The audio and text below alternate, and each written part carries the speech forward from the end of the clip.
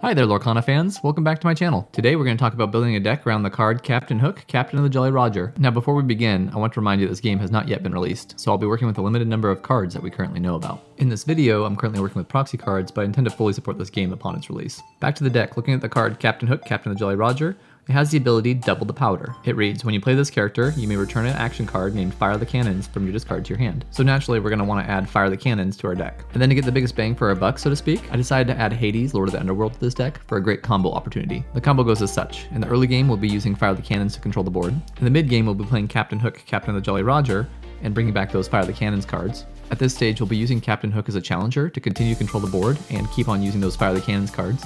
And then in the late game, we'll be playing Hades, Lord of the Underworld to bring back Captain Hook, which will then again bring back more Fire the Cannons to just continuously put on the pressure. And this can just be a really effective way of maintaining control of the board. And now that we know the main mechanic and which inks we're going to use, it's time to look at what other cards we're going to add to this deck. I started by deciding what my 1-2 combo is going to be.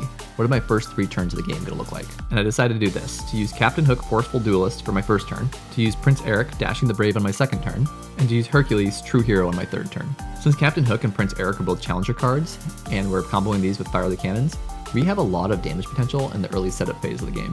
And then with Hercules coming out on the third turn as a bodyguard, that's going to allow us to keep on putting on the pressure with both Captain Hook and Prince Eric, really optimizing where the damage is going, and not giving your opponent a chance to challenge Captain Hook and Prince Eric directly and only take 1 damage, but instead have to challenge Hercules and take 3 damage. So we're just going to be putting on a lot more damage in this early phase. Next, I need to decide which cards to use in the late game. I selected Cerberus, 3-headed dog, Beast, hard-headed, and Mickey Mouse, musketeer. With the pre-release information that we have, we don't know what Cerberus 3-headed dog lore value is yet, so we're going to assume it's a lore value of 1 for now. I selected Cerberus and Beast, both for the low cost, but also because of the differences they have in utility. Cerberus has both high willpower and high strength, so we'll keep on challenging with him. And Beast has the ability Break, which allows us to banish a chosen item from the opponent, which could really disrupt their board. On top of that, he has a lore value of 2, which is pretty solid for this phase of the game. Mickey Mouse has a bit of a higher cost than the other cards in this deck, so I was a little bit unsure about using him, but considering that he has bodyguard, high willpower, and a lore value of 2, I thought he was a pretty good option given all of our choices. And if you're lucky enough to get multiples of these out at the end game, then you do have that strength value that stacks, and that can really make a big difference at that phase. Seeing all the challenging that we're going to do with the cards that we picked so far, I thought Hey was a natural fit to add to the deck. Next, I looked at the item and action cards to see what it can help us out there. I added Beast Smear to ensure that we have a steady stream of cards continuing to go into our hand, and I added Lantern to help us ramp. Continuing with the theme of doing a lot of damage, I added Smash, and considering that we're going to be looking for very specific cards at later phases of the game, I added Be Our Guest. I find that I'll most often use Be Our Guest to look for Captain Hook, Captain of the Jolly Roger, or Hades, Lord of the Underworld in the mid game, and I'll actually end up putting a lot of the early game cards at the bottom of my deck, but it's also really helpful in the late game if you're looking for some of those high lore value cards. Speaking of which, the last card I decided to add to this deck was Moana of Montanui. This one's a bit of a wild card in the deck, as it doesn't quite meet the strategy of everything else we're doing, but I want to add this card because of its high lore value, and because of its potential to have your opponent focus on banishing this card first because of its high lore value, while you then come at them with the other challengers in play. So this is it for the deck. There's 15 cards, you'll put 4 of each to get your 60 card deck, and to recap the strategy, your goal is to aggressively maintain control of the board. You'll prioritize challenging and banishing your opponents as you continue to work to getting some of your higher value cards into play. You're really trying to min-max your damage output, and try to banish at least 2 of their characters for every 1 of your characters.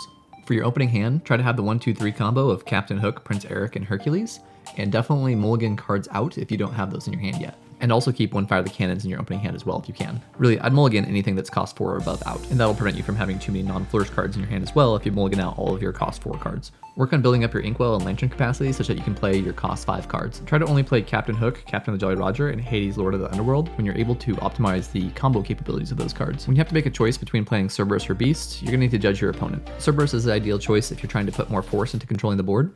And Beast is a great choice if you have a solid control of the board and you're ready to get more lore value, or if your opponent has items out that you want to banish to really disrupt their play.